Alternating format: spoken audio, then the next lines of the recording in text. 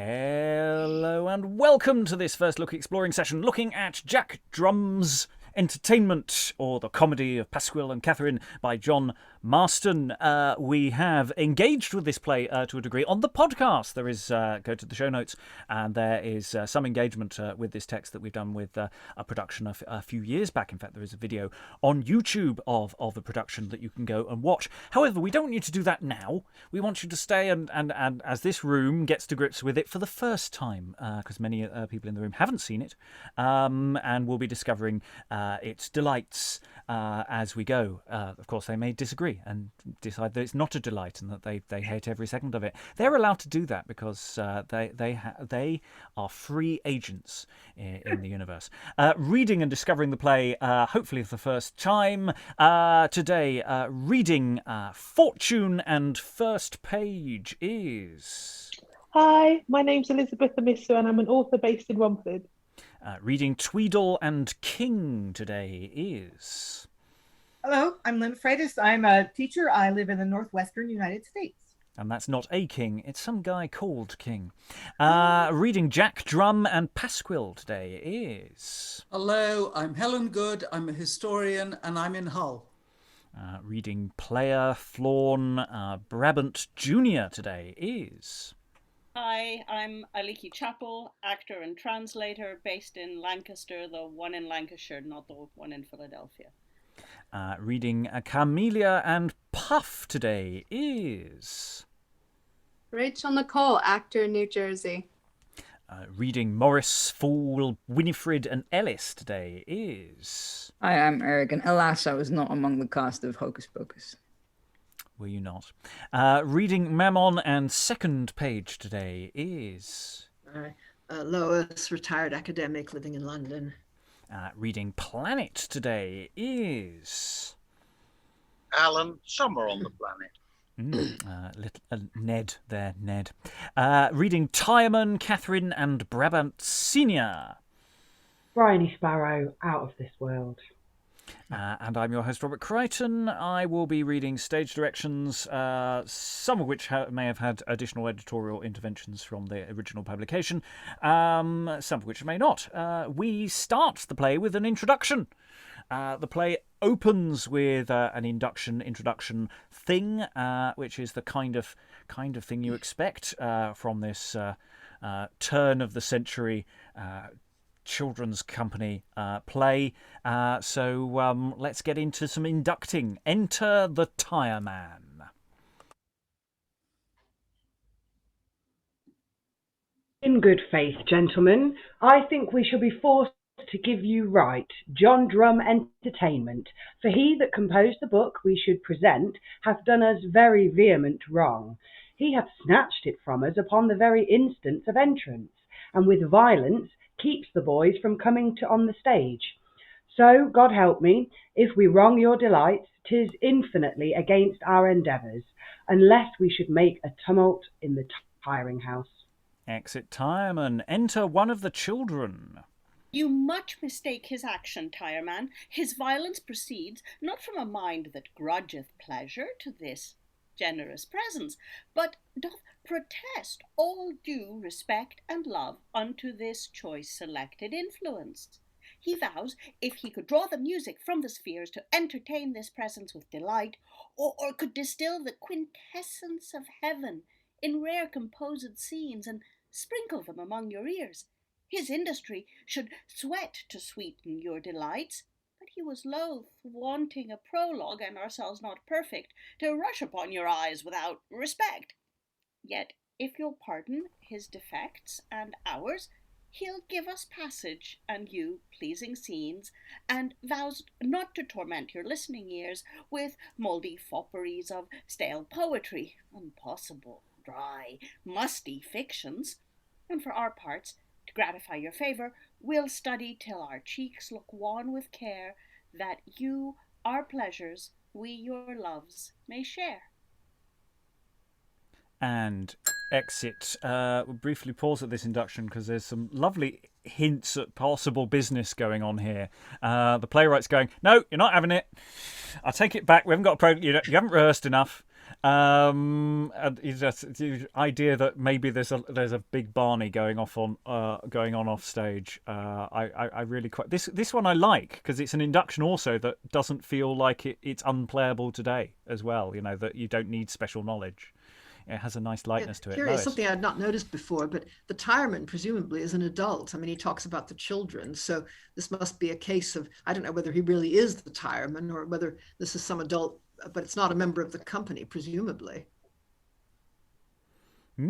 Is it Marston himself? Who knows? No, wouldn't that be fun? I doubt it is.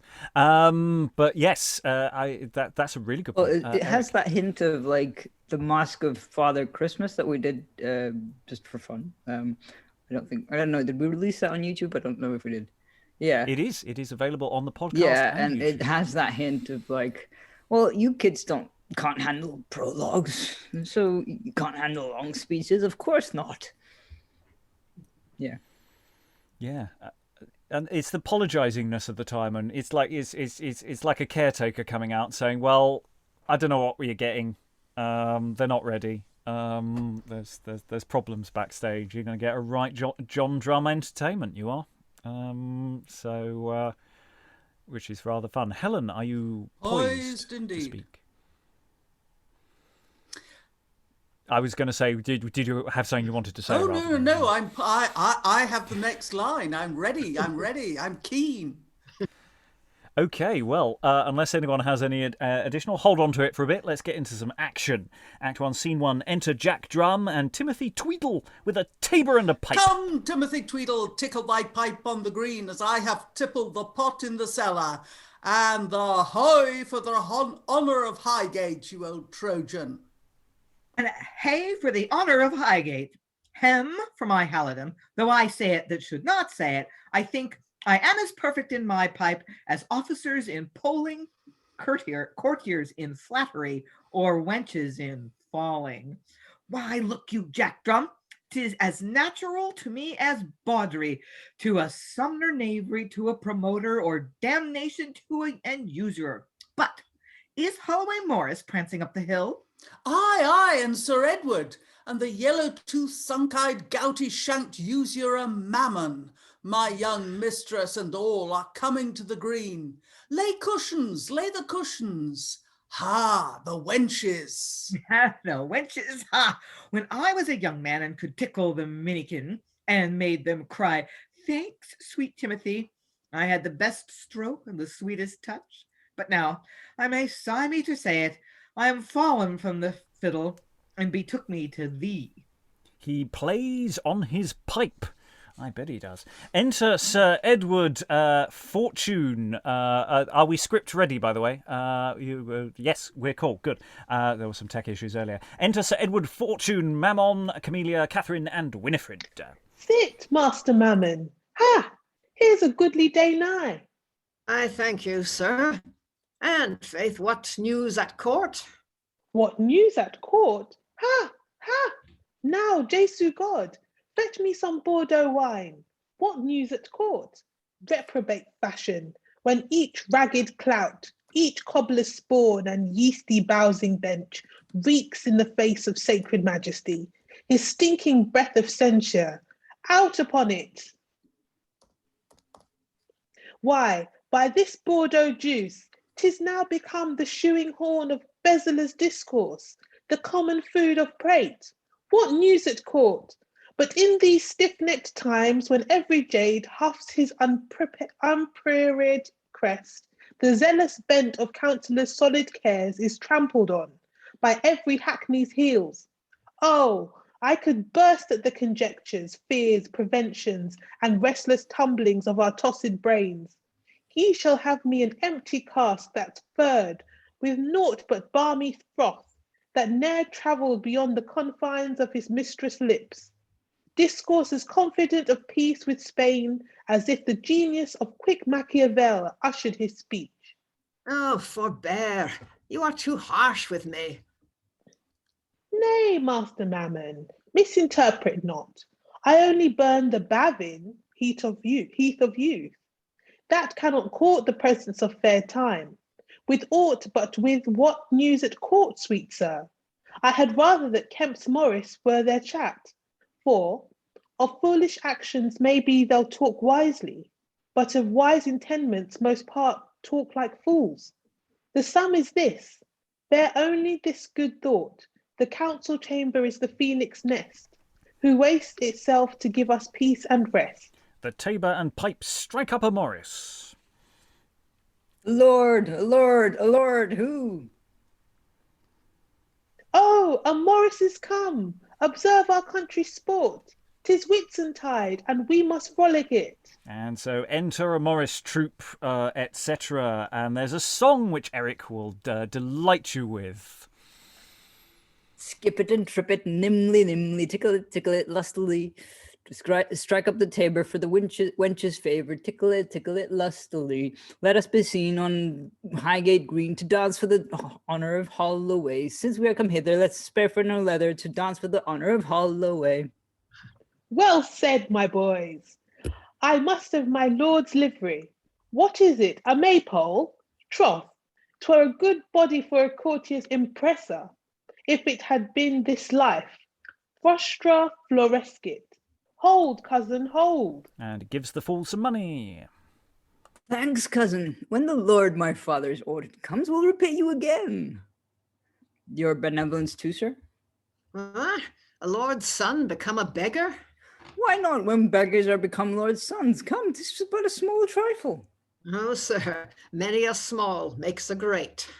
No, sir. A few great make many a small. Come, my lords, poor and need hath no law. Nor necessity, no right. Drum, down with them into the cellar. Rest content, one bout more and then away. Speak like a true heart. I kiss thy foot, sweet maid. And the Morris sing and dance and exit, leaving Mamon and Fortune on stage. Sir Edward Fortune, you keep too great a house. I'm your friend, in hope your son-in-law, and from my love I speak. You keep too great a house. Go to, you do.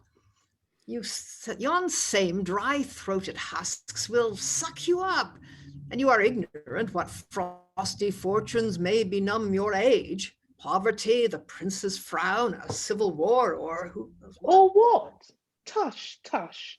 Your life hath lost his taste. Oh, madness, still to sweat in hot pursuit of cold, abhorred, sluttish niggardise, to exile one's fortune from their native use, to entertain a present poverty, a willing want, for infidel mistrust of gracious providence. Oh, lunacy! I have £2,000 a year, and but 2 girls. I owe nothing, live in all men's love. Why should I now go make myself a slave unto the god of fools? Put worse, then here's my rest. I had rather live rich to die poor than live poor to die rich. Oh, but so great a mass of coin might mount from wholesome thrift, that after your decease your issue might swell out your name with pomp. Ah, I was not born to be my cradle's drudge, to choke and stifle up my pleasure's breath, to poison with the venomed cares of thrift my private sweet of life, only to scrape a heap of muck, to fatten and manure the barren virtues of my progeny, and make them sprout, spite of their want of worth? No, I do love my girls should wish me live, which few do wish that have a greedy sire, but still expect and gape with hungry lip, when he'll give up his gouty stewardship. Ah, you touch the quick of sense. But then I wonder you not aspire unto the eminence and height of pleasing life, to court, there burnish, there spread, there stick in pomp, like a bright diamond in a lady's brow. There plant your fortunes in the flowering spring, and get the sun before you of respect. There trench yourself within the people's love, and glitter in the eye of glorious grace. What's wealth without respect and mounted place? Worse and worse. I am not yet distraught. I long not to be squeezed with mine own weight, nor hoise up all my sails to catch the wind of the drunk, reeling commons. I labour not to have an awful presence, nor be feared, since who is feared still fears to be so feared.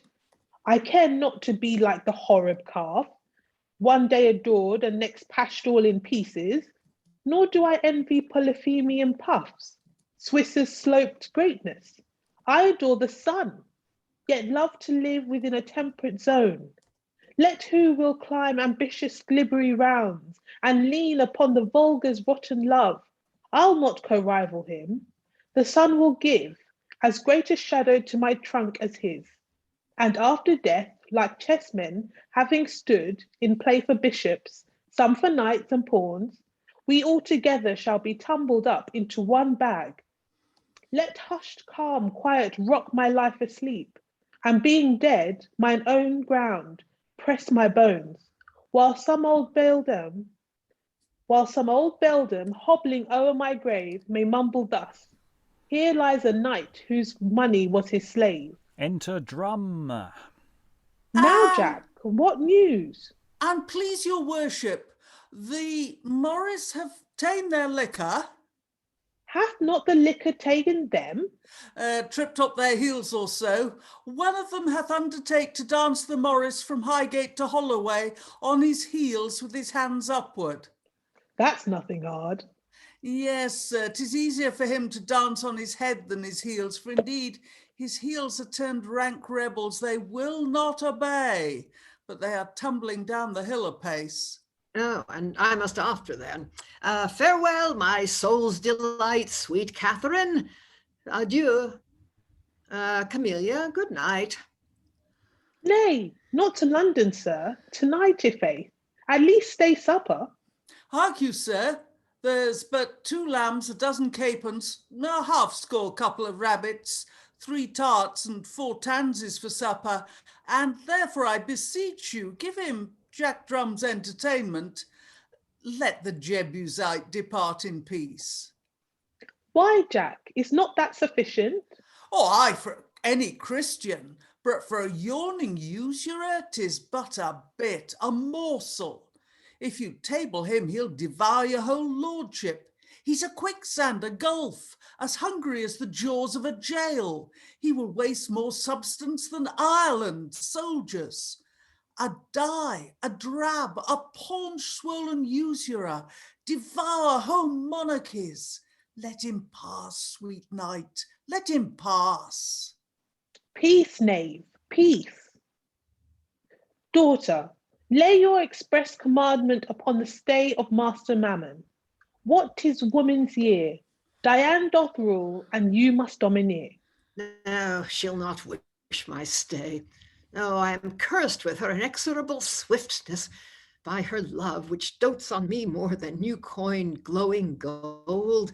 The utmost bent of my affection shoots all my fortunes to obtain her love, and yet I cannot praise, but still am loathed, my presence hated. Therefore, Mamon, down. Farewell, Sir Edward. Farewell, beauty's crown. Faith, as it please you for going, and her for wooing, I will enforce neither. With your pardon, sir, I shall sooner hate myself than love him. Nay, be free, my daughters, in election. Oh, how my soul abhors enforced yokes, chiefly in love, where the affections bent should wholly sway the father's kind consent. For God, when I was a bachelor, had a friend, nay, had my father wished me to a wife, that might have liked me, yet their very wish made me mistrust my love had not true course, but had some sway from duty which might hold for some slight space. But oh, when time shall search the strength of love, then virtue and your eye must knit his sinews. I choose myself a wife, poor, but of good descent, and we did live till death divorced us, as a man would wish. I made a woman, now wenches make a man. Choose one either of valour, with honesty or wealth, so he be gentle, and you have my heart, in faith you have. What I have land for you both, you have love for yourselves. Here's Master Mamon now. A club-fitted usurer. A wealthy, careful, thriving citizen. A careful, aye. I let nothing without good black and white, I warrant you. Yes, sir. No, sir. A little back wind, saving your worship, sir. I'm scoffed at. Where's my man there? Ho! Sir, you need not take the pepper in the nose. Your nose is fiery enough. What, Flawn? What, Christopher? Where's the knave become? Hold, Sarah. Carry my cloak. It seems he can scarce carry himself. He's over the shoes, yet he'll hold out water, for I have liquored him soundly. Why, cannot you come where heady liquor is, but you must needs bows? What? A man may lead a horse to the water, but he'll choose to drink. True, but I am no horse, for I cannot choose but drink. Pale, weak stripling, yet content with ale. Why, the weakest go to the pot still? That jest shall save him. Sir Edward, now, good day. Nay, sir, we'll bring you a little out of the way. Rely on me, Christopher. I'll be thy staff, and thy master's nose shall be thy lantern and candle light. Exuit various people leaving Winifred and Camelia. Mistress Camelia, methinks your eye sparkles not spirit as 'twas wont to do. My mind is dull, and yet my thoughts are fixed upon a pleasing object. Brabant's love. Indeed, young Brabant is a proper man, yet his legs are somewhat of the least, and faith a pretty well-complexioned face, and yet it wants a beard, a good sweet youth, and yet some say he hath a valiant breath, of good hair, but oh, his eyes. Last day thy praise extolled him to the skies. Indeed, he wears good clothes, and throws his cloak with good discretion under his left arm. He curls his boot with judgment, and takes a whiff with graceful fashion, and swears a valorous oath. But oh, the devil hath a hateful fault. He is a younger brother. A younger brother? Oh, intolerable. No, mistress, no, but there's Master John Ellis. There's a lad of faith. Ha, for a virtuous, honest, good youth. Tut, he is good, because he knows not how to be bad, nor wherefore he is good. I know not, methinks not to be bad is good enough in these days. Nay, he is a fool, a perfect idiot. Why, all the better, and I'll tell you this, the greatest lady in the land affects him. Nay, dotes upon him, and lies with him. What lady, good sweet Winifred? What lady say? Faith, there be some good parts about the fool, which I perceive not, yet another may. What lady, good sweet Winifred? Say quick, good wench. Lady Fortune. Why, my name's Fortune too. Well, then you must needs favor him, for fortune favors fools. Oh, but to hug a fool is odious. Foul water quencheth fire well enough, and with more lively pallor you shall taste the juice of pleasures found at private times. Pish, by my maidenhead, were I to match, I would elect a wealthy fool for all. Then may one hurry in her chariots, shine in rich purple tissue, have 100 loves, rule all, pay all, take all, without check or snib. When being married to a wise man, oh Lord, you are made a fool, a ward, curbed and controlled, and oh, out upon it. Believe me, wench, thy words have fired me. I'll lay me down upon a bed of pinks, and dream upon't. Sweet fool, aye, 'tis most clear. A foolish bedmate, why, he hath no peer. Exit Camelia, leaving Winifred. Her love is as uncertain as an almanac, as unconstant as the fashion. Just like a whiff of tobacco, no sooner in at the mouth, but out at the nose. I think in my heart I could make her enamored on Timothy Twedle. Well, he that feeds me best speeds best, for as it pleased my private lips to blow, so it turns her feathery fancy to and fro. And exit. End of scene. Lots going on here. Too much almost to discuss. But we have this wonderful play world of people thrown at us. And I jokingly put in the chat that, I'm sort of with Mamon about the excess of the opening with this Morris troop turning up and song and dance and thing. You're spending too much money. They'll eat you out of house and home. Whereas I, as a producer, am going, God, that's a bit expensive to open the show with. You need singers, you need dancers, and they're not even main characters. Hopefully you can double. There's quite a few other people vaguely on stage at the same time. Oh, that could be costly. But yeah, we have the sort of hints of a plot building here. Various people in love with various people. Some people not in love with other people. There's lots to take in, and lots to sort of conjure with. Thoughts from the room. Who wants to dive in on this one? I'm having fun, but maybe other people aren't. I don't know. Lots of good lines as well, sort of thrown away at us perhaps here. Who wants to leap in? Come on. I'm not saying I don't want to spend the money. I'm just saying I don't have the money. Sorry, I'm responding to the chat. I shouldn't do that. There's Morris dancers in our cellar and they're all drunk. Aliki. Okay, so I agree. I think it's great fun. It makes me want to have the musicians on stage quite a lot of the time doing the sound effects kind of thing. And everybody is so vivid. Some of them barely speak at all, but they're really, really there. We've got flamboyant, possibly excessive generosity. We've got the pinch penny with his drunken servant. We've got the duplicitous serving maid who's bribed to get her mistress in love with different men. I love it. I'm having a really good time so far.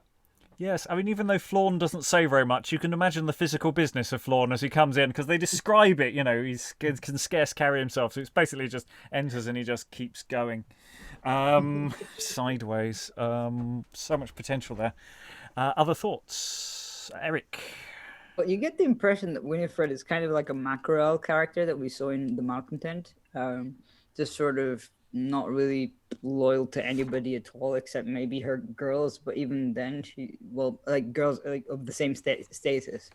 But we haven't seen her in that situation. Sort of. Other thoughts? Helen? Yes, interesting rumination on whether it's better to have a sensible husband or a foolish one. And I the trouble with having a foolish husband is that they do get very boring after a while. Yeah, you may get your own way, but they're terrible conversationalists. There's some lovely cynicism in there, as well as sort of lightness of touch. I mean, it does seem to be that you've got different balancing and moving in different directions. I was particularly touched with the thing about the chess reference as well. I was liking that. I was thinking, someone's going to touch on that 25 years later. Give it a quarter of a century, someone's really going to run with that as an image. Not necessarily direct influence. Lynn. Again, I'm just sort of on the level of the language and the metaphors and stuff. I'm really enjoying this. Fortune's, his figure of, my shadow in the sun is the same as anyone else's. It's just a very smart way of putting. I mean, it's a kind of cliche, all if you cut us, we all bleed red kind of thing. But that seems really original to me, that my body makes the same shadow on the ground as anybody else's. So yeah, just the way he thinks and the way he uses language is, I really enjoy. There are every so often just little things where I'm looking at it going, oh, I really wish I had a modern edition that would pass some of the references that are flying at us. I mean, there's occasional things, there are obvious little novelties or things that are from the period. Every so often that I don't know how to pass. I mean, there's straightforward things like Kemp's Morris, which is a relatively topical reference flying around there. or at least a couple of years old. And other little bits and pieces, reference to Island soldiers, I suspect is still quite a topical thing about the efficiency of an army to work their way through a great deal of materials, which has a certain quality to it.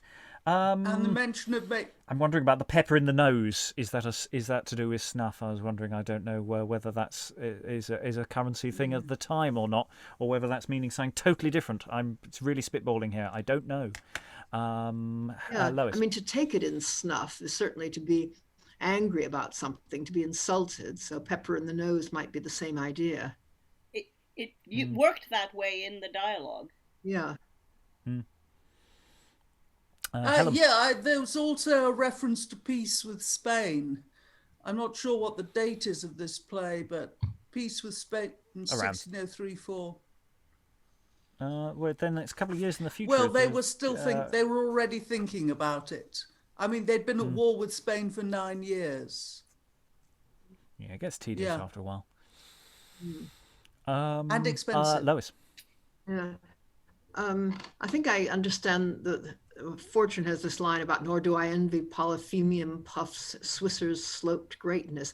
I think I get Polyphemian because I assume that's the giant who bragged, but Swisser's sloped greatness, the Swiss, is this something about mountains? I thought it was slope of pike. I thought it was a Swiss pike, which you carry at the slope over your shoulder. Because the Switzers were also soldiers, like bodyguards, right? Yeah. Well, recently, yeah, yes, that's they were just they were known soldiers for. then. But I still don't see how this means. I mean, I got the bit about the Horeb calf just before that. That's the golden calf, which is one day adored and next hashed all in pieces. Nor do I envy Polyphemian puffs, Swisser's sloped greatness. I mean, he goes on to say I adore the sun, yet love to live within a temperate zone. And so is he talking about mountains? I mean, you associate the Swiss with mountains. Yeah, it could well be. Yeah, I think this is one of those texts where there's a lot of digging in into stuff, but there's plenty on the surface which is there to enjoy. So there's a lot to dig into, but that's not necessarily a massive barrier at this point. It's just we would like to know what the hell it means. Eric. I did enjoy the sort of, the fool punching up, going, because there was that mini dialogue about like, oh, please give me some money, sir. And then, why should you beg if you're a lord's son? It's like, well, they've already spent all the money they have. That's why they're beggars. It was kind of a nice moment. Anyway, we need to move on. Hold on to any thoughts as we go into Act 1, Scene 2, where we meet at least someone who we have had referenced in the dialogue. Enter Brabant Jr. at one door and Ned Planet at another. God speed thee, my good sweet planet. How dost thou, Chuck? Oh, now, Brabant, where have you lived these last 3 or 4 days? Oh, at the glittering court, my Pythias. Plague on ye, Pythias. What have you done there? Why, lain in my lady's lap, eat, drink, and sleep. So hath thy lady's dog done. What, art in love with your Highgate mamma still? Still, and still I in eternity. She'll be chronicled next after the death of Banks's horse. I wonder why thou lovest her. Love hath no reason. Then is love a beast? Oh, my Camelia is love itself. The devil she is. Her lips look like a dried neat's tongue, her face as richly yellow as the skin of a cold custard, and her mind as settled as her feet, a bold-pated time. Plague on your hateful humour, out upon it. Why should your stomach be so queasy now as to bespoil the pleasures of the world? Why should you run an idle countercourse thwart to the path of fashion? Come, your reason. Oh, you're buried in philosophy, and there entombed in supernaturals. You are dead to native pleasures, life. Let me bust thy cheek, sweet pug. Now I am perfect hate. I love but three things in the world: philosophy, thrift, and myself. Thou hast made me hate philosophy. A usurer's greasy codpiece made me loathe thrift. But if all the brewers' jades of the town can drug me from love of myself, they shall do more than e'er the 7 wise men of Greece could. Come, come. Now I'll be as sociable as Timon of Athens. Along with me then, you droaming sackbut. I'll bring thee to a crew. Of fools, wilt not? Faith, if you have any weight of judgment, you may easily sound what depth of wits they draw. There's first my elder brother. Oh, the prince of fools, unequalled idiot. He that makes costly suppers to try wits, and will not stick to spend some £20 to grope a gull. That same perpetual grin that leads his corky jests to make them sink into the ears of his deriders with his own applause. Indeed, his jests are like Indian beef, they will not last. And yet he powdered them soundly with his own laughter. Then there's the Gothish Frenchman, Monsieur Jean Faudiking. Knows thou him? Oh, aye, to a hair, for I knew him when he had ne'er a hair on his head. He is a faithful, pure rogue. Aye, as pure as the gold that's been 7 times tried in the fire.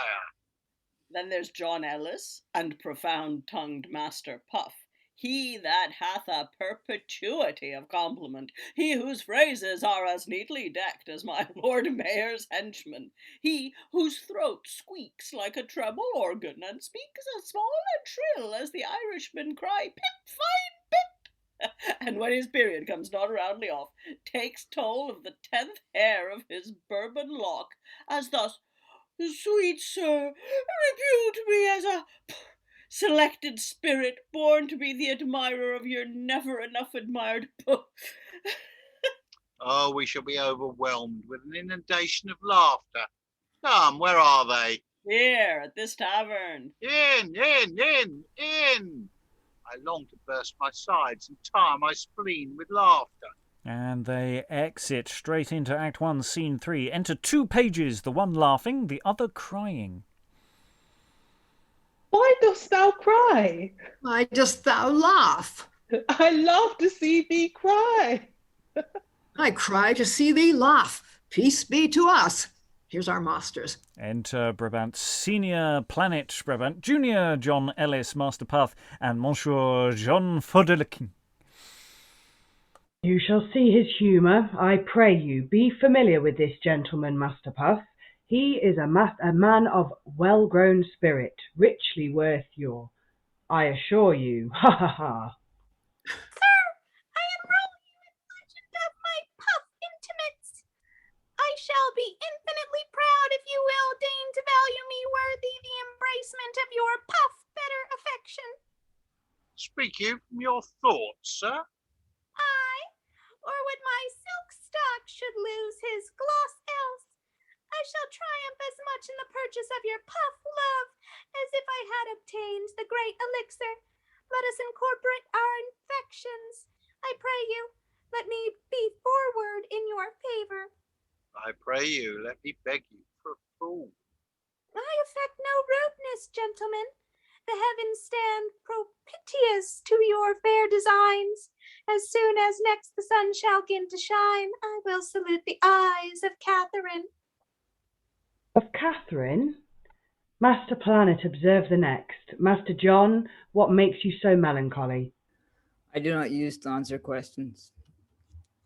What are you thinking on now? I do not use to think. He looks as demurely as if he were asking his father blessing. I do not use to ask my father blessing. Heart, how chance he is out of similes. I have followed ordinaries this 12 months, only to find a fool that had lands or a fellow that would talk treason, that I might beg him. John, be my ward, John. Faith, I'll give thee 2 coats a year and be my fool. He shall be your fool, and you shall be his coxcomb. Ha ha! I have a simple wit. Ha ha! I shall crow over him then. And enter Winifred. Is there not one Master John Ellis here? There sits the thing so called. And Winifred and Ellis perhaps withdraw to have a little chat. Now to the last course. Monsieur John King, I will help you to a wench, monsieur. No point. A burnt child fear the fire. As a hungry dog waiteth for a mutton bone, or as a tattered footboy for a cast suit, even so will I attend on my mistress. And we may infer that somewhere around here Winifred exits, ? Oh, my Winifred, pray you all, by God, me angry for her. Nay, stay. I will help you to a delicate, plump-lipped wench. Free your proffer where stick. Stay, Winifred, for by God, me by God, me ang so desirous. Adieu, good sir. Oh, stay, monsieur. How do you pronounce Demeura? Ha! I'll plague him. Grand sot, my venture's gone, and me brule, and me mad brule, may go into the water to cool my rain, and me back may the water his again. Dus so brule, me burst for avenge, and yet to grand poke on you all, pray you, adieu. As the jig is called for when the play is done, even so let Monsieur go. Hey, me teach you much French for this. I go to Highgate. Adieu, grand sirs. Exit King. As sore eyes cannot endure the sun, nor scabbed hands abide salt water, so must I leave all and see my mistress. And as fair ladies do use foul foils, even so I bid you farewell. Exit Ellis. Why, this is sport imperial, by my gentry. I would spend 40 crowns for such another feast of fools. Ha! I wonder who would be the fool then. Why, 'tis the recreation of my intellect. I think I speak as significant. Ha! These are my zanies. I feel their paunches. They seed my pleasures. I use them as fools' faith. Ha! 'Tis a great generous honour. Troth, I think you have a good wit, Pray you, sup with me. I love good wits, because mine own is not unfortunate. Pray you, sup with me. I'll give God thanks, sir, for the centerful to feed me. Come along, then. Ye shall have a capon, a tansy, and some kick shows of my wits. Ha! Some toy of my spirits. And exit Brabant Senior and Brabant Junior. I will eat his meat and spend his money. That's all the spite I can do him. But if I can get a patent concealed sots, that door shall troop among my idiots. And exit. End of the act. So much weirdness to sort of unpack there. Clues that the text is giving us of which we're not quite sure how to unpack. What is going on with a ha-ha? And also the puffs. Is that a tobacco thing? I'm really interested. I love the little pointless staged scene divider that you have at the top of the scene of the first and second page just coming on, like going, well, some people exited just now, so we have to say some entirely inconsequential dialogue at each other. Will that do? Good. Everybody else re-enters. I really liked that. I just think it's wonderfully pointless. And it's just entirely structural. It's just, we need some stuff. It shall be chronicled next after the death of Banks's horse. I don't think he's dead yet. I think he's got another few years. But Banks has a famous horse called Morocco that does tricks. Of which we have looked at on the separate thing on the YouTube channel. I will endeavour to remember to put a show link to. Thoughts from the room about any of those structural things that's going on here. It's fun, but I'm not quite sure. We have all these character sketches. It's basically we have a scene just explaining who the characters are about to come on and all their party quirks. It's like the setup for a Whose Line Is It Anyway sketch. Alan, then Aliki, then Lynn. Yeah, I mean, I'm getting the impression that Brabant Senior is in training to become a half-wit, but he's not quite achieved that level of success yet. Half seems to be being set up as possibly a fop or a dandy. I mean, I'm getting echoes of drama from 60, 70 years later, you know, of restoration comedy stereotypes that these could fit into. I'll go to Lois before I return to the order as previously stated. Lois. Yeah, what it reminds me of is Every Man in His Humor, where these two young men about town seem to just take delight in seeing a lot of idiots. And one of them has managed to collect several people just because they're all different kinds of stupidity, so they can both laugh at them. I don't know if Marston is commenting on this. I mean, because the person who most enjoys laughing at other people being idiotic is pretty idiotic himself in this case. Yes, and that's a play that technically happened in the past, but we haven't done it yet. It's in our future. But yes, definitely a good talking point for the future as compare and contrast. Aliki, then Lynn. I was really grateful for that sort of introduction because it told me what these people were that I was dealing with, or that we were dealing with. And I really enjoyed the comedy Frenchman. I don't generally enjoy British comedy Frenchmen. Yeah, I'm going to go with the puff being some kind of, either he's out of breath and, you know, he gets himself really worked up and then he has to go, or as you said, a cigarette, a pipe, whatever. And I think we've been told what Brabant Senior is about, and I believe it. He just thinks he's hilarious. He's always laughing at his own jokes. He's one of those people. Right. I know exactly how to play him now. Right, Lynn. Just for the record, I kind of almost always enjoy English comedy Frenchmen because I'm kind of a bad person. But just so you know, I had no idea what I was saying about half the time. So. Well, every so often something does pop out, you know, me burst for revenge. I think we can be fairly clear on Brule is burn, so yeah. burn, I burn. Yeah, but I don't know what the word awe is supposed to be. I could figure it out if I had more time, but I just like talk through my nose and do the R's like that, and that's my terrible comedy Frenchman. No, I think at this stage that's all we can really ask. Rachael, then Helen. No, Rachael. Helen. Oh, well, I was just following on that. They cool my rain. That's the blood in his veins. It's normally spelled R-E-I-N rather than R. Yeah. Aren't they kidneys, in fact? I thought the rains were the kidneys. Yes. You're probably totally, completely, and absolutely correct. But right, it's kidneys. Yeah, and it's blood related anyway. Yeah, renal failure is kidney failure. Yes, the Latin root is. That's it. Eric. Well, also it's a euphemism for loins in French, at least. So yeah.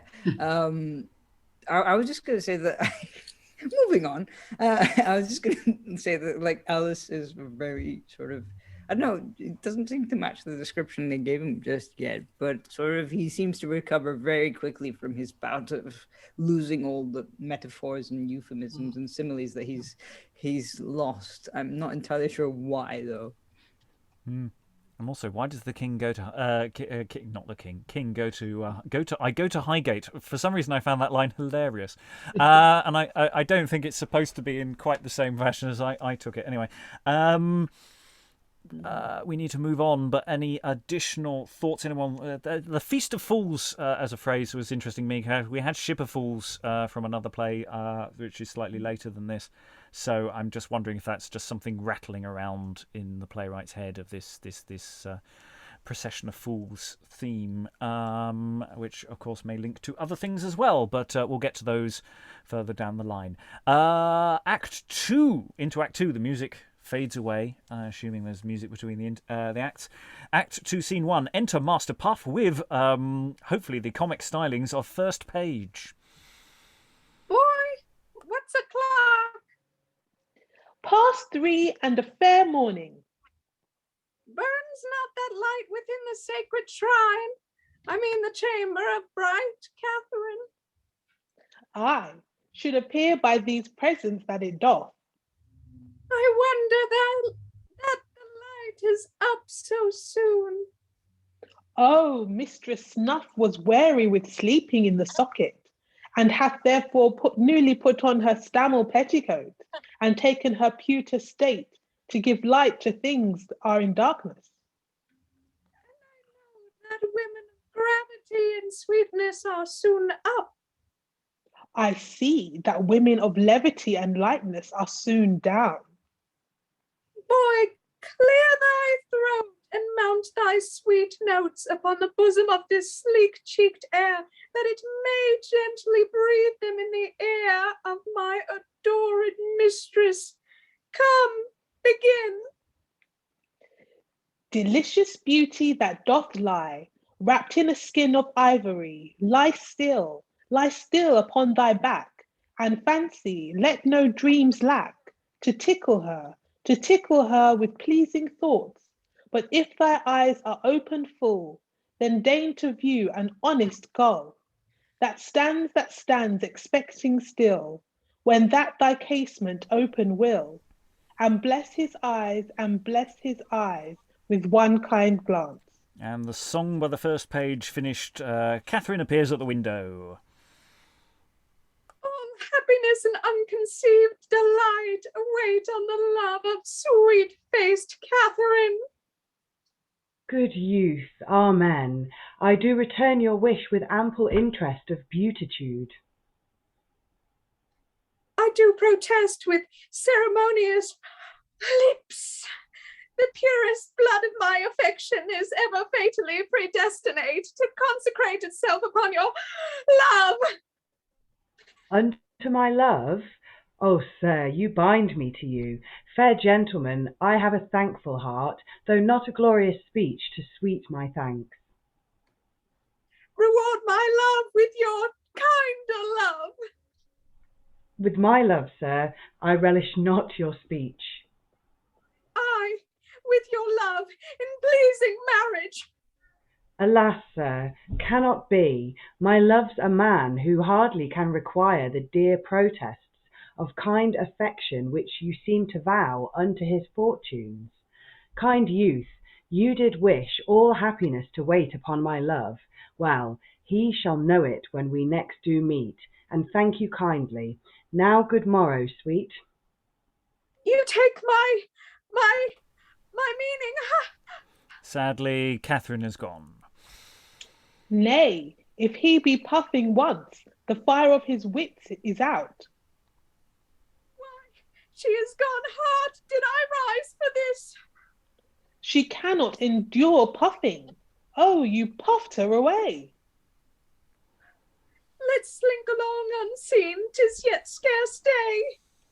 And they exit Act 2, Scene 2. Enter Mamon with Flawn. How drunk Flawn is, we will soon find out, bearing a light before Mamon. Now methinks I hold the candle to the devil. Put out the light. The day begins to break. The day and thy neck were broke together.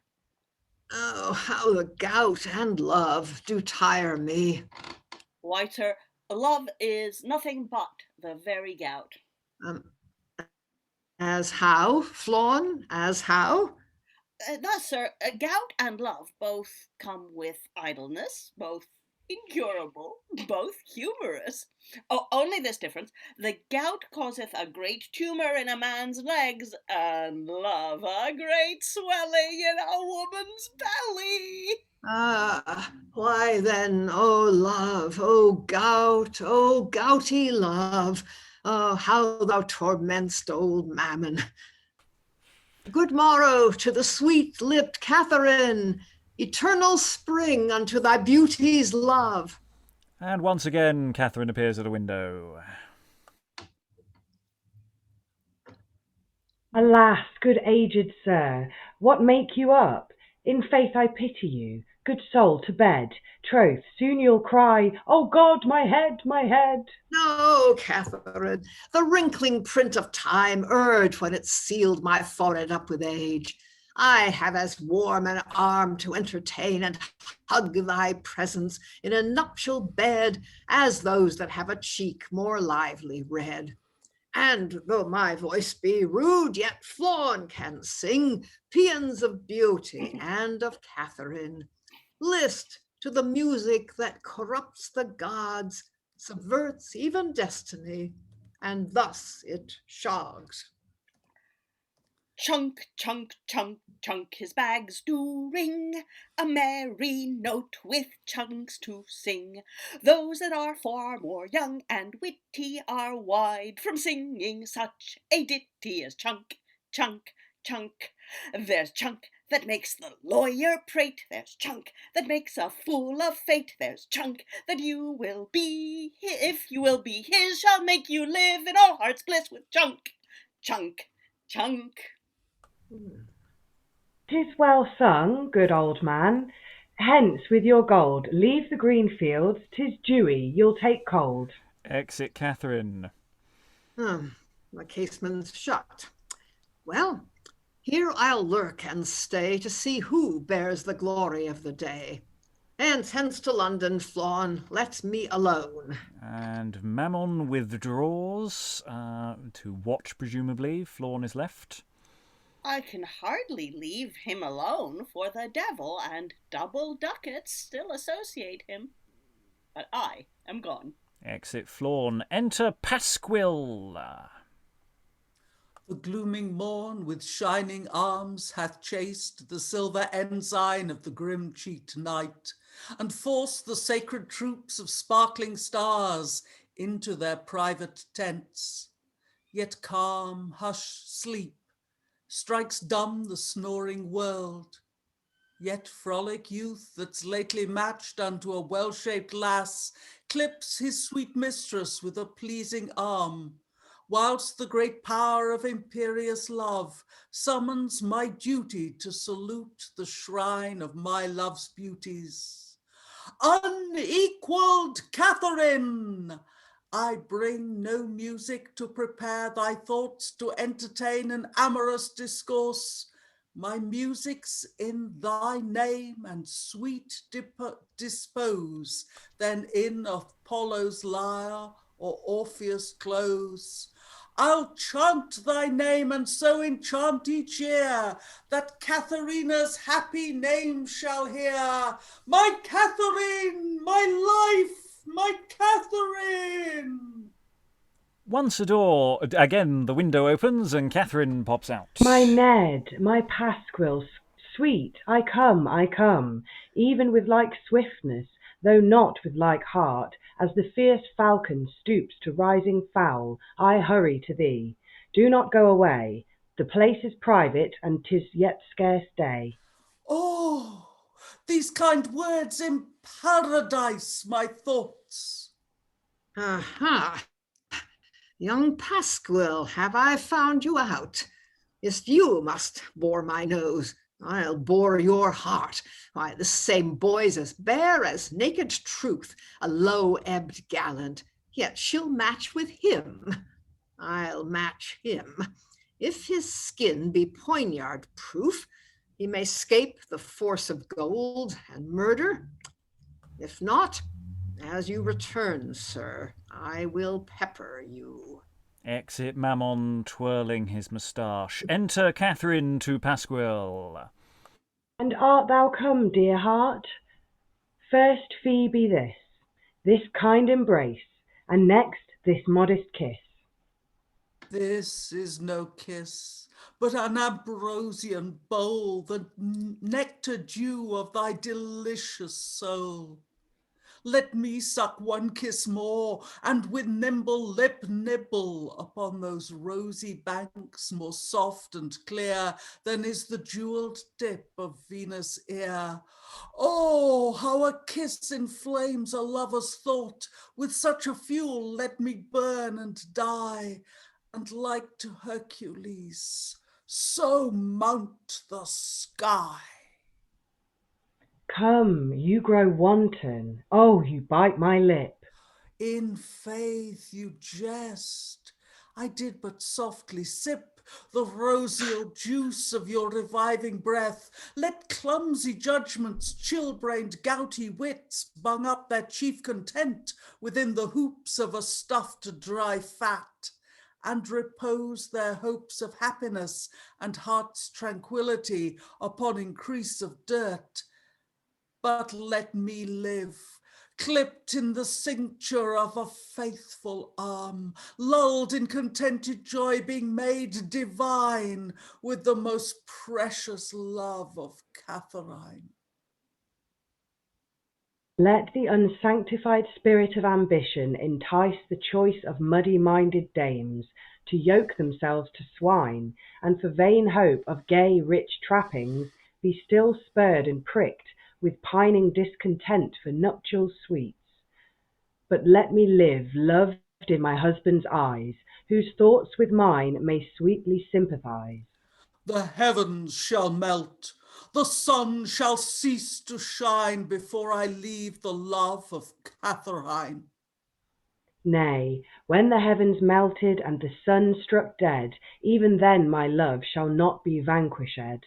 When I turn fickle, virtue shall be vice. When I prove false, hell shall be paradise. My life shall be maintained by thy kind breath. My love shall be my life, thy hate my death. Oh, when I die, let me embrace thy waist. In death let me be counted thine and chaste. Heavens grant, being dead, my soul may live nigh thee.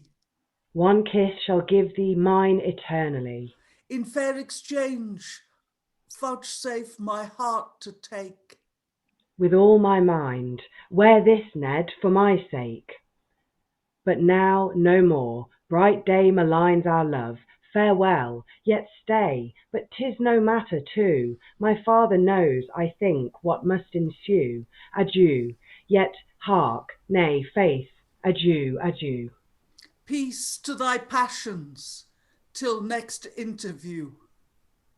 And they exit. So much going on in this scene. No, I love you more. No, I love you more. And this. I mean, we're talking about, Katherine must be getting really bored of all these people coming to the window. But you do get the impression that this is the time when people go wooing Katherine. It's like there's the lights on, and this is just what everybody does. I mean, something we didn't note earlier. Her father does say, "Look, it's entirely up to you who you marry. I'm cool with your decisions," which is provided nice to he's hear a gentleman. from Daddy. Well, there are limits. There are reasonable limits. He can't pretend he's going to be happy with everyone, but reasonably so. Can we all be happy with who we choose? And then I say we get these various people. I have to say I was loving the silly voice. I did find that worked incredibly well. And yeah, this sort of character comedy from just sort of series of things, and then Mamon. His song, I just love the chunk, chunk, chunk. It's the sound of money. Who wouldn't be wooed by the sound of money? And actually, to be fair, quite a few people might be tempted by that as an option there, if it wasn't for his gouty love. I love that line. Gouty love. Anyway, I really enjoyed all of that. Thoughts on the room, Lynn? Yeah, I know we've got a bunch to cover today, so I can't talk about it all, but yeah, Catherine's quite the honeypot, isn't she, that everyone seems to be buzzing around. I think my favorite line though was I guess it's Puff, "I got up early for this."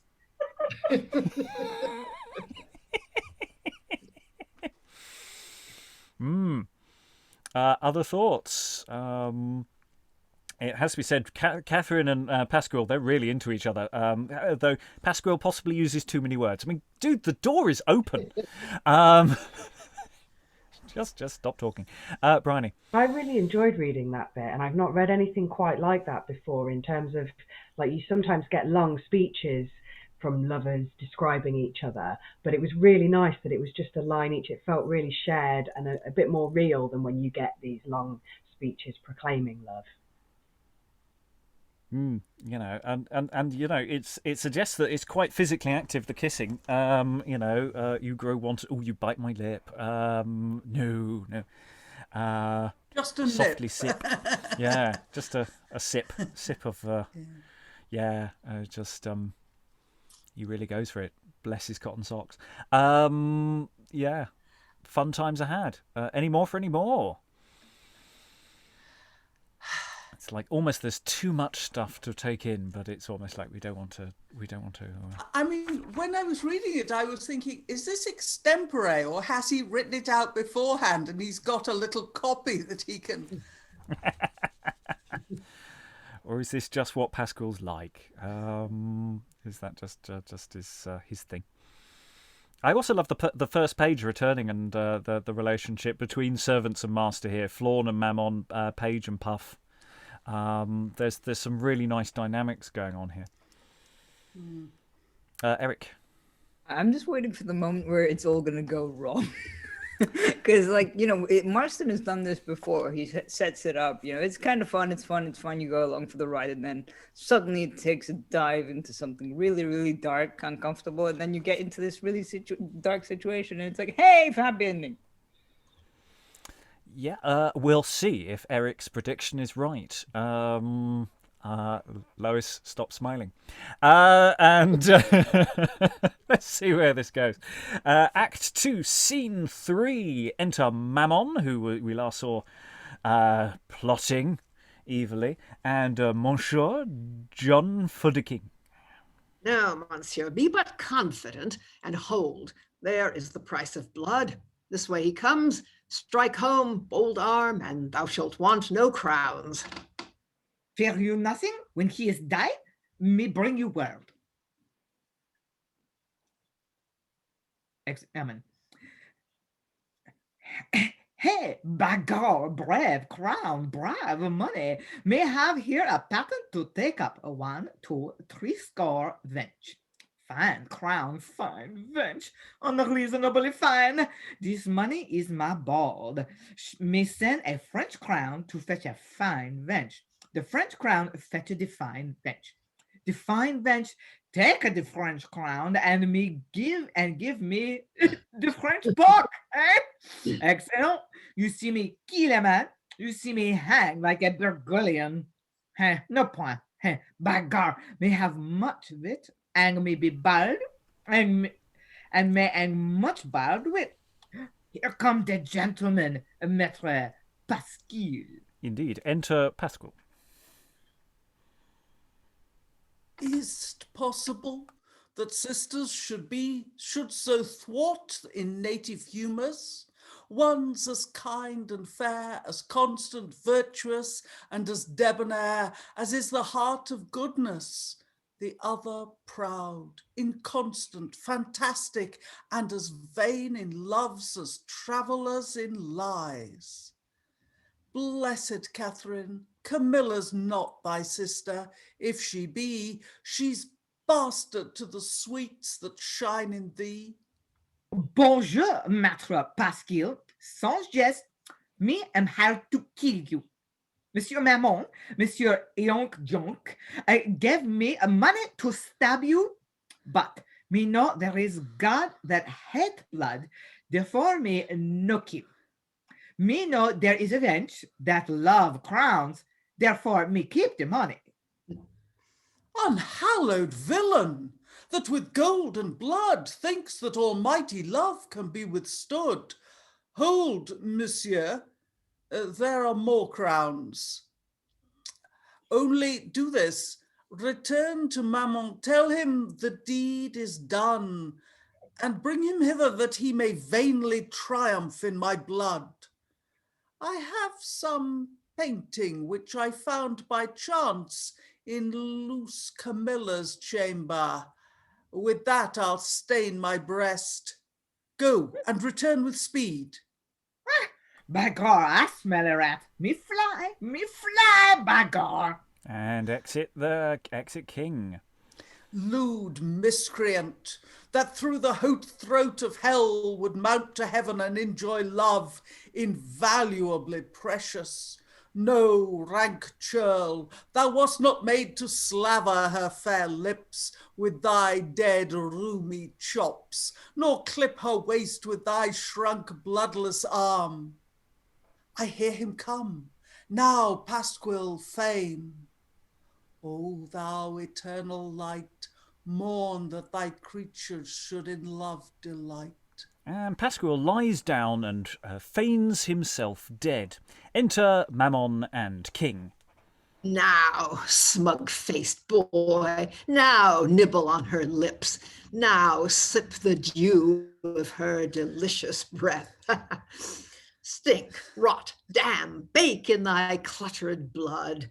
Snakes, toads, and earwigs make thy skull their nest, engendering dew worms, cling or thwart thy breast. Hush, hush! Leave praying for the dead. 'Tis no good Calvinism, Puritanism. Dissemble. Hear our company. And exit King, for enters Brabant, Senior, and Planet. Good morrow, sir. Who lies there murdered? Oh, gentlemen, the kindest, virtuous youth that e'er adorned London. Damned thieves to spoil such hopes. The last words that he spake stick still within the hollow of mine ear. Katherine, quoth he, hold Master Mamon dear. I know not what he meant, but so he said. If that you pass to Highgate, tell the knight, Pasquil is sunk into eternal night. Faith, 'twas a good youth. Come, Brabant, let's away. Exeunt Brabant and Planet. Dead, Kate, dead is the boy that kept rich Mamon from his joy. Lantara, lantara, lantara. And while he sings, Pasquil rises and strikes Mamon. Ah! The devil! The ghost of Pasquil. I'm dead. If you have any courtesy in you, believe it. I believed you when you feigned. Believe me now, for I am almost dead, numbed up with fear. Give faith, sweet, gentle youth. Old wretch, amend thy thoughts. Purge, purge, repent. I'll hide thy ulcer, but be penitent. And exit Pasquil. I think 'twas but his ghost that swept along. And enter King singing. Grand sot Mamon, 4555, a foutre pour vous. Chunk, chunk, John for the King, teach you a thing. John for the King, a grand sot, sot, sot. And exit. Death, plague, and hell. How is cursed Mamon vexed, scourged with a whip of sharp derision. I'll home and starve. This cross, this peevish hap, strikes dead my spirits like a thunderclap. And exit Mamon. We will pause there because there's a lot to unpack there again. I really like King, actually. He's quite he knows what he wants. He wants money so that he can catch some kind of venereal disease. That'll be fun. And but then he just goes to Pasquil and says, "Hi, this guy hired me to murder you, but I'm not going to do that because that would be bad." And Pasquil just decides to, "Oh, tell you what, I'll just pretend to be dead. That'll learn him." Yeah, he just sort of goes from there. Yeah, I'll keep the money. Yeah. Oh yeah. Absolutely. Well, why not? Because Mamon's obviously, I also love the way that King just wanders on just singing. I think just going, na, na, na, na, na. Very vulgar. Mm. Yeah. Oh, yeah. Other thoughts? Briony?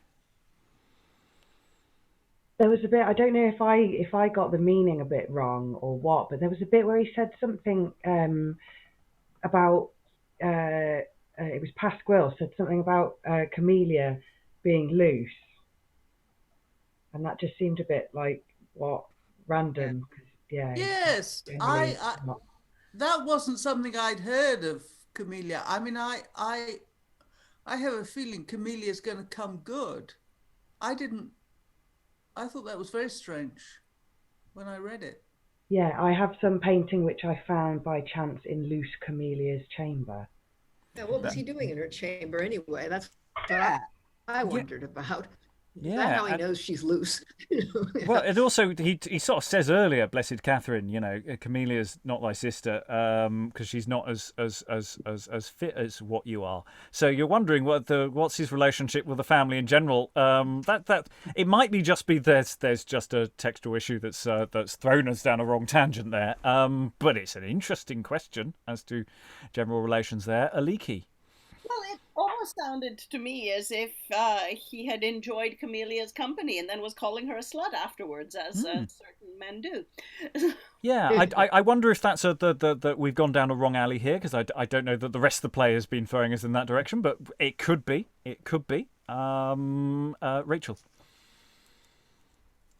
Well, I mean, the other scene with Camelia, the servant was talking about how she changes so often her opinion on men, so that Brabant and Timothy Twedle, or whatever his name is, aren't the first ones that she's tried to steer her mistress towards. So yeah, there's a whole play world here. They say it's giving us clues. Briony. I also really loved Mamon's super subtle plan of like, oh, make sure you tell her his dying words were that she should just love me. Yeah. I don't know what that meant. Yeah.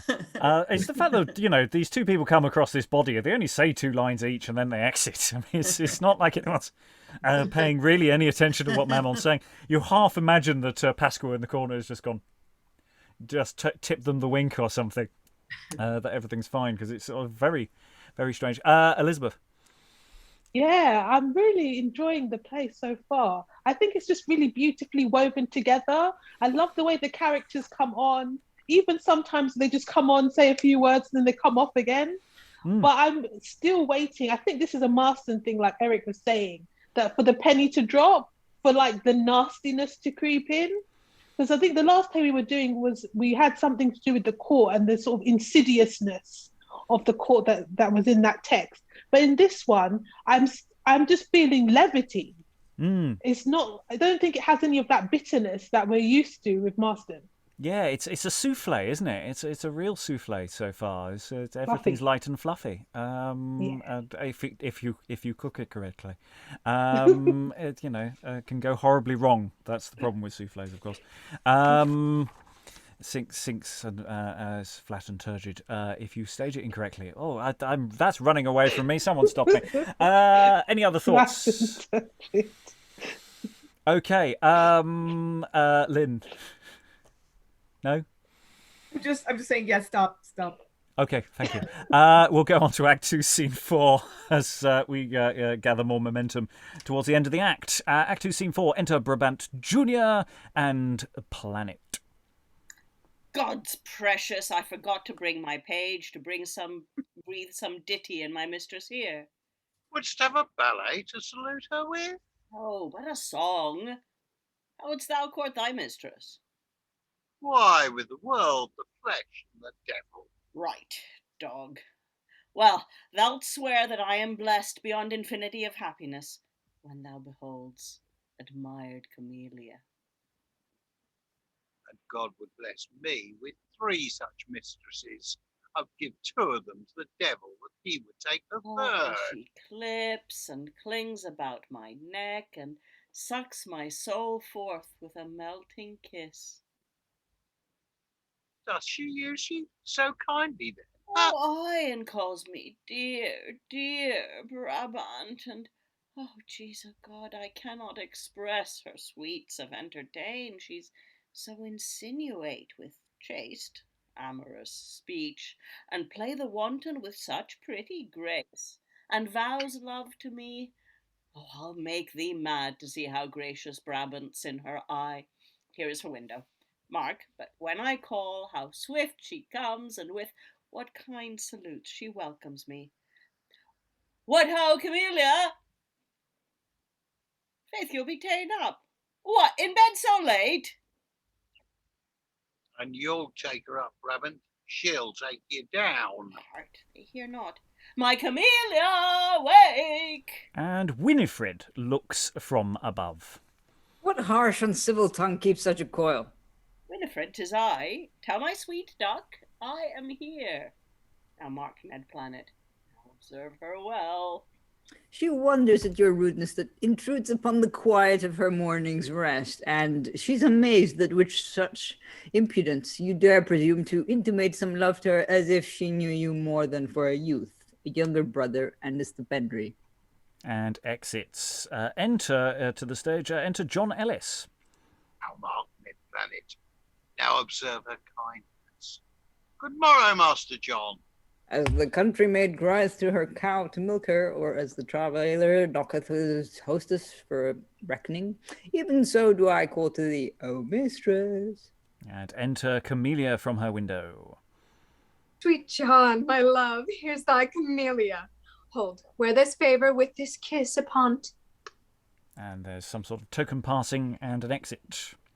Flesh and blood cannot bear such disgrace. And so Brabant Jr. beats Ellis. Help, help, help, he boxes me, he doth help, help, help. And enter Sir Edward Fortune, Katherine, Drum and Tweedle.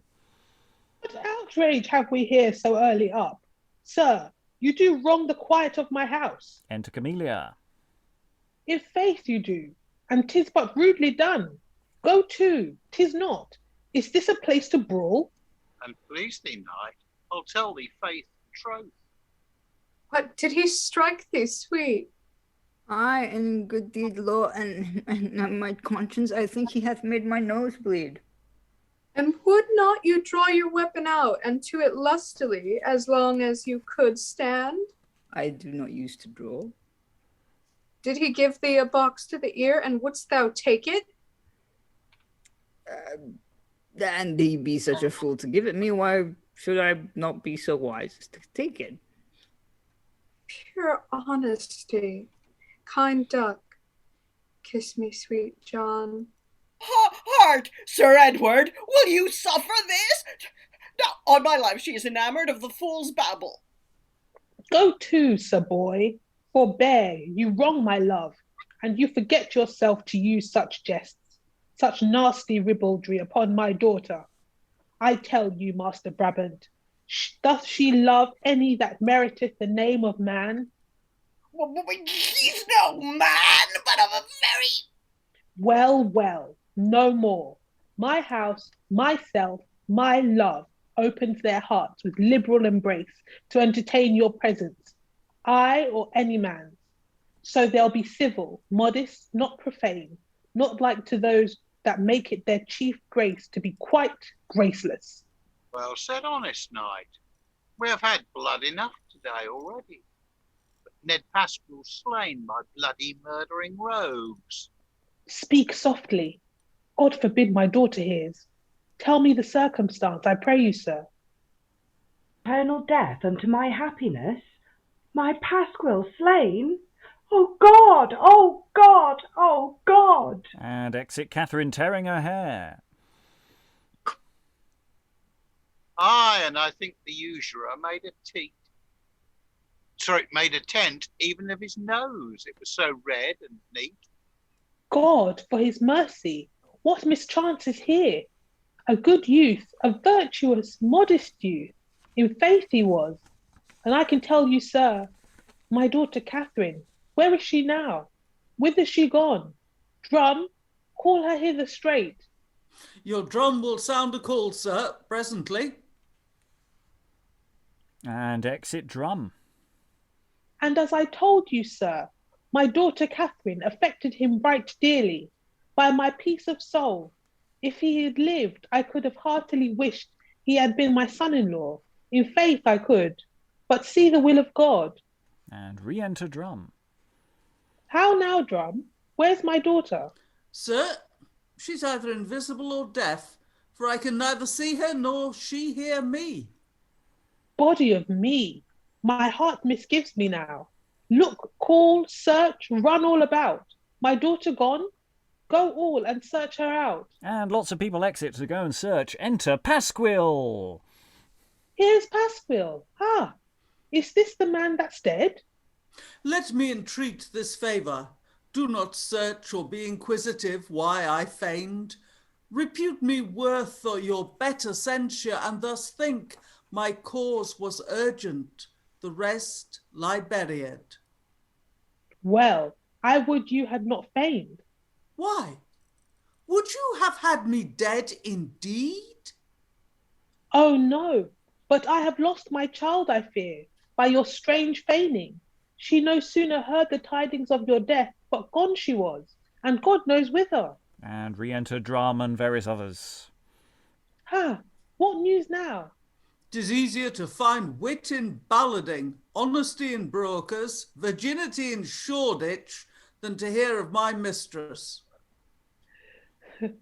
Broach me a fresh butt of canary sack.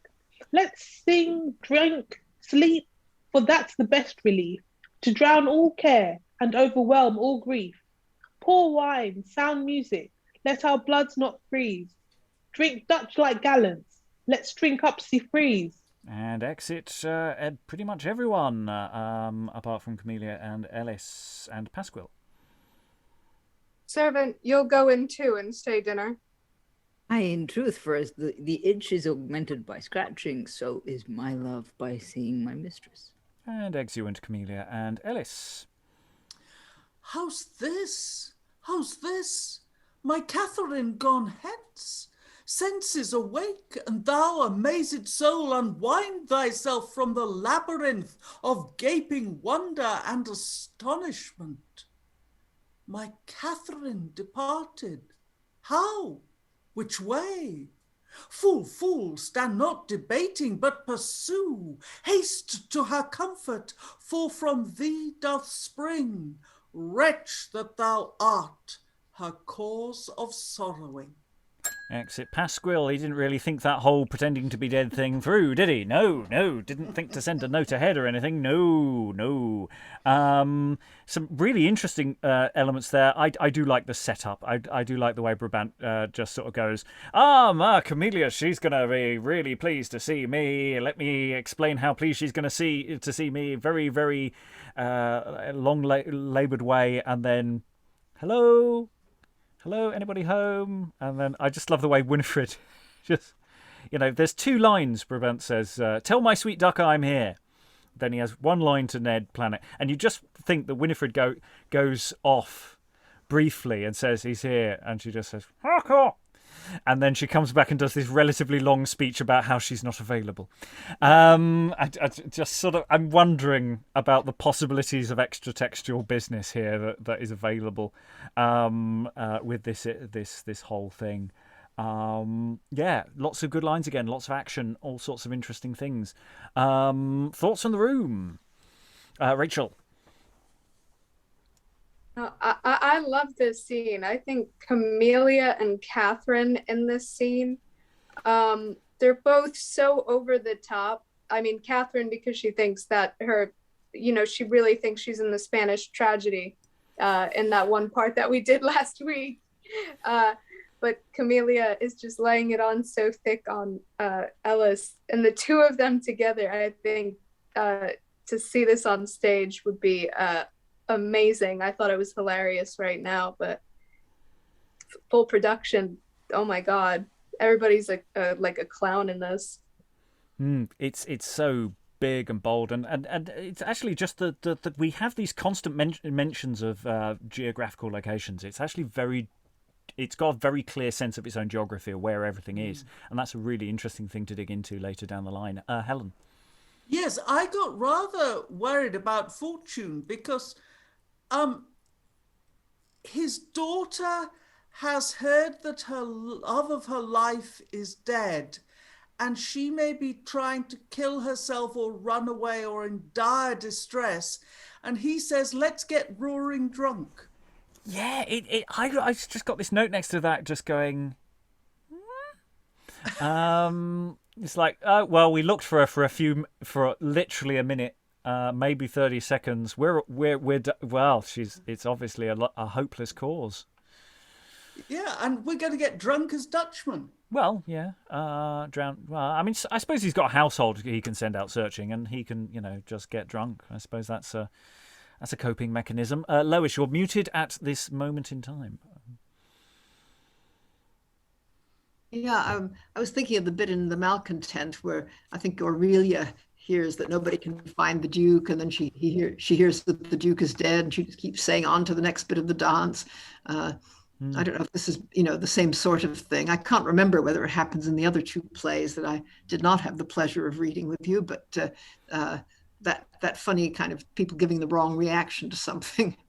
Yeah, which is also, quite true to life to a degree of, that you do encounter some very strange reactions to emotional states. So, yeah, that maybe we're being unfair on that. Briefly, Rachael, and then we're going to read the final scene of the session. No, you're cool. We're not going to have time for final thoughts, by the way. Inevitably, you can fight for your right to talk at the end. Act 3, Scene 1. It's quite a lengthy little scene. I'm going to briefly read in Tweedle, as there's a little bit of a clash with King. I got the doubling wrong. Actually, no, Elizabeth, read Tweedle briefly, if you would. I think you're clear. Elizabeth, if you could do that for us. That would be lovely. Okay, Act 3, Scene 1. Enter... We infer second page. Tipsy, tipsy, tipsy, all turned whirligig. John for the King, Drum and Timothy Tweedle are rare fine. For the heavens, if faith. Drum's lion drunk, and he dings the pots about, cracks the glasses, swaggers with his own shadow. Honest Timothy is maudlin drunk, and he weeps for kindness and kisses the hilts of Jack Drum's dagger. Monsieur's goat drunk, and he shrugs and scrubs and he's it for a wench. Oh, here they come, reeling. I must pack, or we shall swagger. For they having a crack in their heads, and I having a fault in my hands, we shall ne'er agree.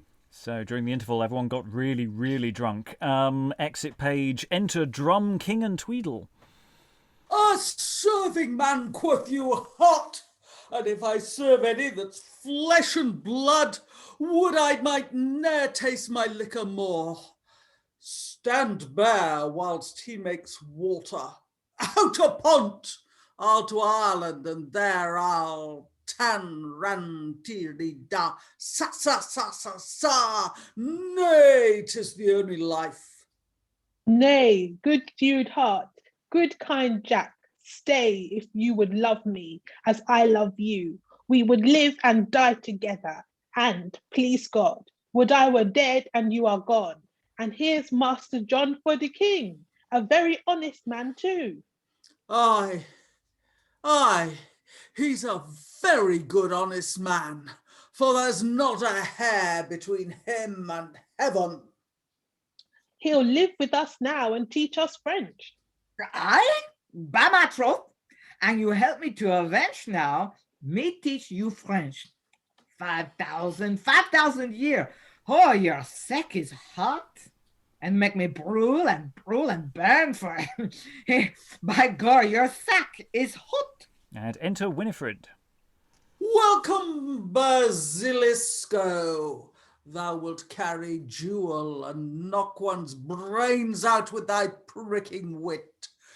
Kiss me, sweet wench, kiss me. Hey, me Winifred, by God, you are come into nick to pleasure me. Pray you kiss me, clip me, love me, and by God, I'm die certain. Out, you French dog! Touch my love and I'll... Touch her? By God, me touch her, and touch her, and touch her. I'll touch you, I'll slash you, I'll venge you. Put up for the passion of God, put up. Or if you'll needs to, unsheath both your weapons in me first. Heart, touch my love, touch my Winifred. Hark you, Jack, come to my chamber in an hour hence, and you shall have what you ask and I can grant. Why then, my collar's down. Jean for a king, a foutra for you. And exit Drum. Foutre for me. Foutre, 5,000 foutre for you. Stay, friend Jack. I'll reel along with you if you'll not swagger. Exit Tweedle. Sweet, sweet Monsieur, hang you slaves, I love you infinitely. Beggar, me teach you French 4,000 years then. Well, Monsieur, I'll give you pleasure. But will you presently, quickly?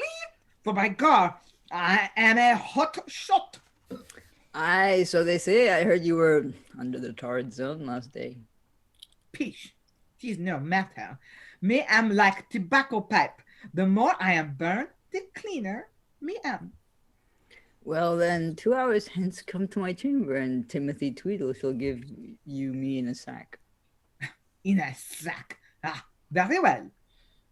And you shall carry me to my master's house at Holloway, for in the house we cannot be private without suspect. Till then, farewell. And exit Winifred. By my troth, unreasonably good. I carry the wench on me back, and the wench carry me on her fine back. Fine wench, fine monsieur, fine night, all fine, unreasonably fine. Me sing for joy, beggar me sing, la-li-ro, la-li-lo. And exit. Well, Winifred is fun. Yeah, there's that's quite a rejoinder from Winifred there.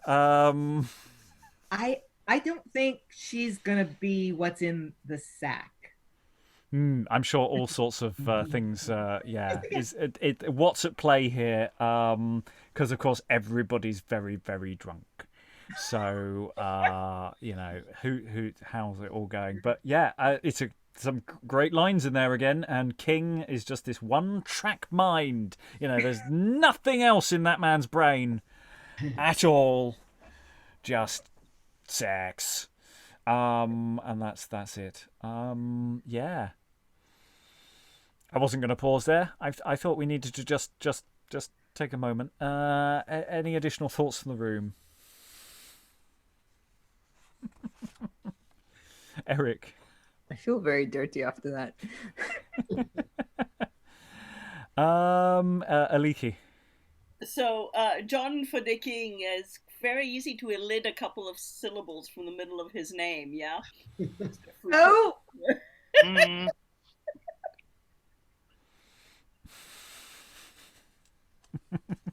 Somebody.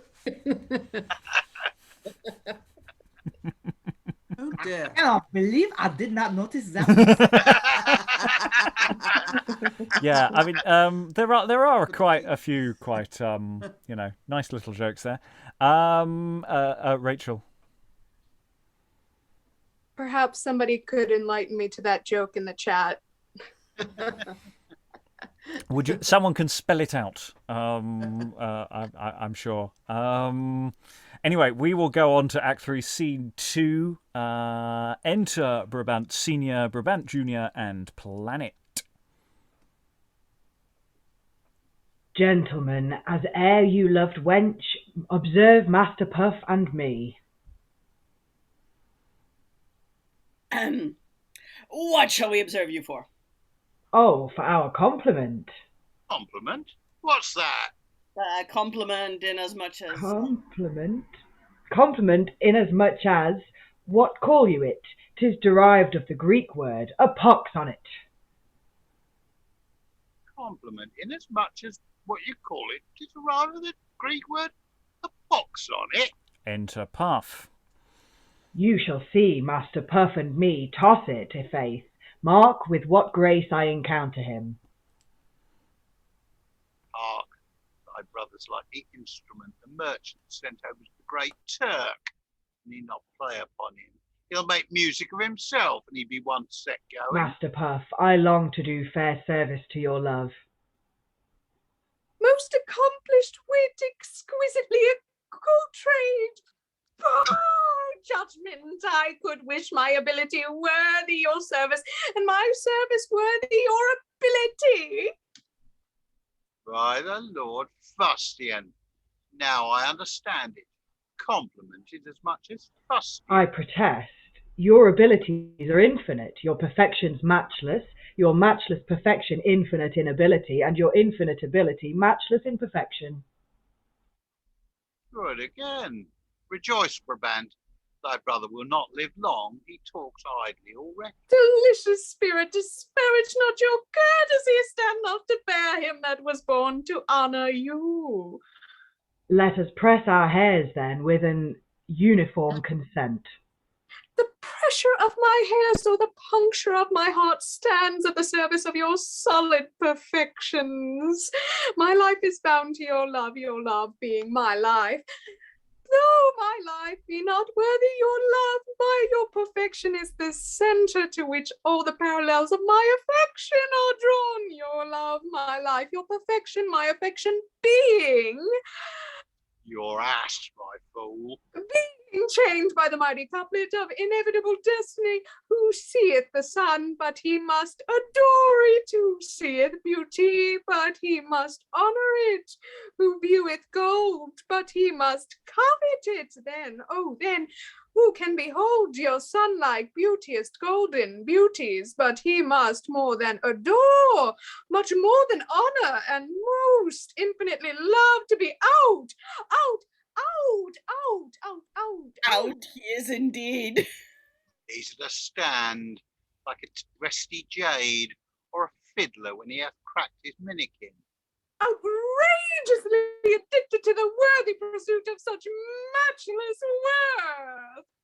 Sir, I can rest but truly thankful for your more than good conceit of my no less than little worth. And now, sir, for the consequent hours of the day, how stands your intention for employment? I attend my leave of Sir Edward, bid adieu to my love. My mistress is gone, my humour spent, my joys are at an end, and therefore, gentlemen, I leave love and fall to the law. I will inter myself in Clodin's coffin, and take an eternal congee of the world, and so, sweet gallants, farewell. Exit path. Nay, I'll follow you to your grave. Gentlemen, you'll not accompany the course? And exits Brabant Senior. No, look, Ned Brabant. Yon's a pleasing object for thy eyes. Enter Camelia, Ellis, and Winifred. My mistress is turned Bucephalus. Nobody must ride her but Alexander. Nobody kiss her but John Ellis. Now, stand and list, good planet. Come, sweetest love, let's give time pleasing wing. Which shall we make some purposes or sing? I will sing, so you will bear my burden. Come, lay thy head then in my virgin lap, and with a soft sleek hand I'll clap thy cheek and wring thy fingers with an ardent grip. I'll breathe amours and even entrance thy spirit, and sweetly in the shade lie dallying. And we have a song here, which in theory they both sing, so I'll say that Camelia can say the first line, and you can then alternate as you go down and see if that works. Now, dally, sport and play. This merry month of May. This is a merry, merry month. Sweet time for dallying. The birds sit chirping, chirping. The doves sit billing, billing. Philip is treading, is treading, is treading, is treading, is treading. All are to pleasures willing. You that are fair and witty, observe this easy ditty. And leave not nature's bliss. Do not refuse to kiss. The birds sit chirping, chirping. The doves sit billing, billing. Philip is treading, treading, is treading, is treading, is treading. All are to pleasures willing. Death, I can hold her. Life of love. Amazing beauty, let me seem not rude, though thus I seem to square with modesty. Pray you let me go, for he'll begin to swear, and even as some do wear muffs for warmth, some for wantonness, and some for pride, some for neither, but to hide gouty fingers, so will I get your father's consent and marry you. Fare you well. And exit Ellis.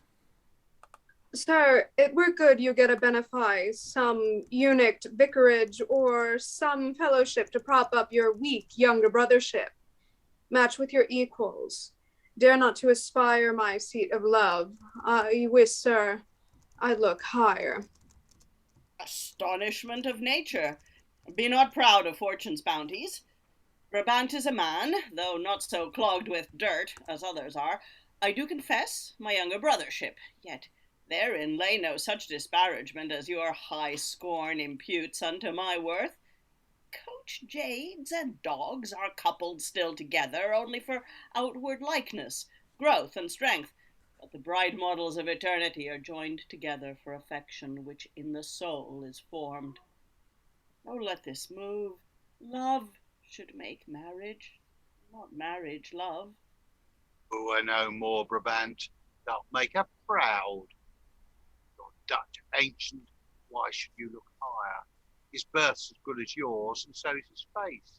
Put off your jangle-jangles, and be not as fair. He shall renounce it for this audience. Put off your clothes, and you are like a Banbury cheese, nothing but caring. Why should you be proud, and look on none but weathercocks forsooth? How you shall have £1,000 a year. My lady, that's a bumming sound. But hark, wilt thou therefore be a slave unto a slave, one that's a bound rogue unto ignorance?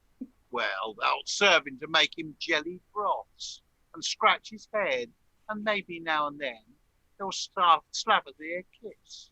Plague on such marriages. Rude, uncivil clown. Growl not at me. Turn your eye upon the leprosy of your own judgment. Loathe it, hate it, scorn it, and love this young gentleman, who is a fool in nothing but in loving thee, mad in nothing but affecting thee, and cursed in eternity if he marry thee. Sir, you have spoke exceedingly pleasantly, for which I love you as I love a dull dead eye. Brabant, I do conjure thee court not me. Do not presume to love or fancy me. How not presume to love or fancy you? Heart, I will love you, by this light I will. Whether you will or no, I'll love you still. Spite of your teeth, I will your love pursue. I will, by heaven. So, sweet soul, adieu. Exit Brabant Jr. Farewell, and never view my face again. Exit Camelia. Hark you, fair Winifred, sweet gentle maid, I have but feigned with you all this while. I dote upon the sweet Camelia, and if your favour will but second me, I vow when I shall wed Camelia, to endow you with £100 a year, and what I have shall stand at your command. Sir, I will undertake to forward your fair love, so you'll remember what you here do vow. If I forget it, heaven forget me. Do you but praise me. Let not her once know I love or do affect her for the world. Well, fear no rubs. Farewell, fair bounties, sir. And exit Winifred. It works. It works. Magnificent delight. Laughter triumph. But ere the sun go down, thy forehead shall be wreathed with pleasure's crown. Exit planet. Business stuff. A song. Always nice to have a song. Yeah, it's there's more business here and more stuff going on. Thoughts from the room. My deeply. That was a brilliant bit of exposition about what was going on there. I've outdone myself there. Thoughts in the room, Alan. I'm having, even after reading Planet stuff, I'm still confused as to what the hell he's up to, other than possibly just another one of these Marston characters who enjoys stirring up trouble. Well, if we assume that he's honestly wants to woo Camelia for himself at the end there, which he states, Winifred seems to be infinitely bribable, but she could be lying as well. We know that people who have been offered money then do not do what they were commissioned to do. So, who is lying here is a very interesting question. I I don't trust Planet as far as I can throw him, I'm afraid. Fair enough. Other thoughts? We've only got a few minutes left before we close the session, so this is very much throwing anything into the pot now at this stage. Briony? Yeah, I think there's a lot of stuff that we are used to, that we know and love and expect from Marston in this, but I totally agree with what Elizabeth was saying earlier about how somehow it's so much lighter than some of the other stuff of his that we've read, and I honestly haven't laughed as much as I've laughed this session for a long time. It's been hilarious. There's detail to this puff business as well in this scene that I think there's more to dig into, especially when they say out he is indeed, and of course that's their equivalent of drying, to be out, so like he's forgotten his lines, or a puff in this case has run out of steam of things to say. Bless his cotton socks. Helen? Yeah, Ellis is a wimp, isn't he? And probably unworthy of his lady. I don't know. I'm thinking maybe Planet would be a better bet. But and Pasquil he hasn't prepared any of this in advance, because when he's not speaking to Katherine, he still speaks naturally in incredibly poetic verse. I don't know how he does it. Who knows? I do like the little reference that Planet makes about the instrument the merchant sent to the Great Turk, which is based on an actual historical incident. There was a music box sent over as part of sort of diplomatic inquiries. They sent the mechanic over to tidy it up because it got damaged in transit. He was offered access to the harem and everything. He decided to go back home. Don't know why. Though he might have been elaborating on his adventures for effect upon his return. But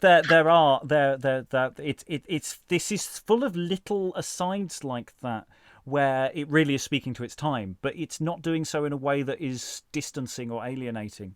In quite the same way as some other plays do, where it's just packed with stuff and you're just going, I don't know where I am. This is balancing quite nicely for us, or for me so far. Lois? Yeah, this is very allusive and intertextual in all sorts of ways. And I was really surprised to see a reference to Basilisco, because I'm pretty sure that means the guy in Kids, Solomon and Perseda, who... I mean, there isn't anybody else, as far as I know, with that name, and he seems to have been quite a memorable figure. Yeah, there's lots of intertextual stuff going on. Eric? I'm just thinking that Winifred is this kind of character who's kind of selling things to people, with sort of snake oil, salesman person, but like to the extreme, sort of promising people things she doesn't have, that kind of thing. Yeah, I mean, she's the cunning servant here, isn't she? She's and this whole stuff about the sack. I'm going to come to you in my. I'll be in a sack so that we can go somewhere safe to do the naughty. And you're going, what's going to be in the sack? What's the situation there? Oh, I'll woo on behalf of you to my mistress. If you pay me money. How much of this is going to be true? Other thoughts in the room, because we have literally a minute or so before I close the session. Aliki's disappearing. Tatara, Aliki. Anything else anyone else wants to throw in? It's been a little crammed. Elizabeth? Is there any connection between the Flawn and the Fawn? Probably not, but possibly. Okay. I don't know. So, apart from one's got an L in it, the other one doesn't. Yeah. No. Other thoughts? Briony, are you? I don't know if it's a bit mean to say, but whoever's reading John for the King tomorrow has got some big shoes to fill. Yeah, definitely. Rachael. Lucky you, Rachael. Right. Well, we have another session on the play tomorrow. We have slightly less text to get through tomorrow. It's slightly more balanced. It's a bit more like a normal session tomorrow. When we complete the text of Jack Drum's Entertainment. I keep wanting to say Jack's Drum Entertainment, but I don't. I've been very good. I haven't said it once. Damn. All that remains is to thank all the wonderful readers today for all their wonderful reading. It has been a really rather fun and enjoyable session. Thank you very much, everyone, and goodbye. Bye. Oh, gouty love.